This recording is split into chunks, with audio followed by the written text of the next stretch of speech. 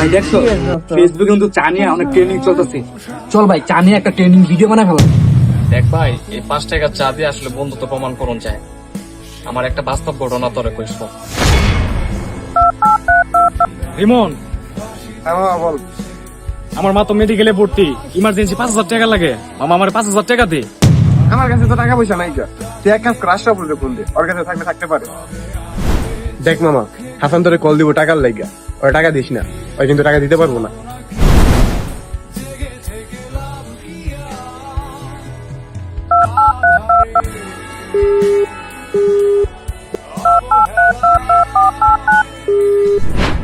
দেখ ভাই, বিপদে পড়লে প্রকৃত বন্ধু চিনুন যায়, যেমন আমি চিনছি।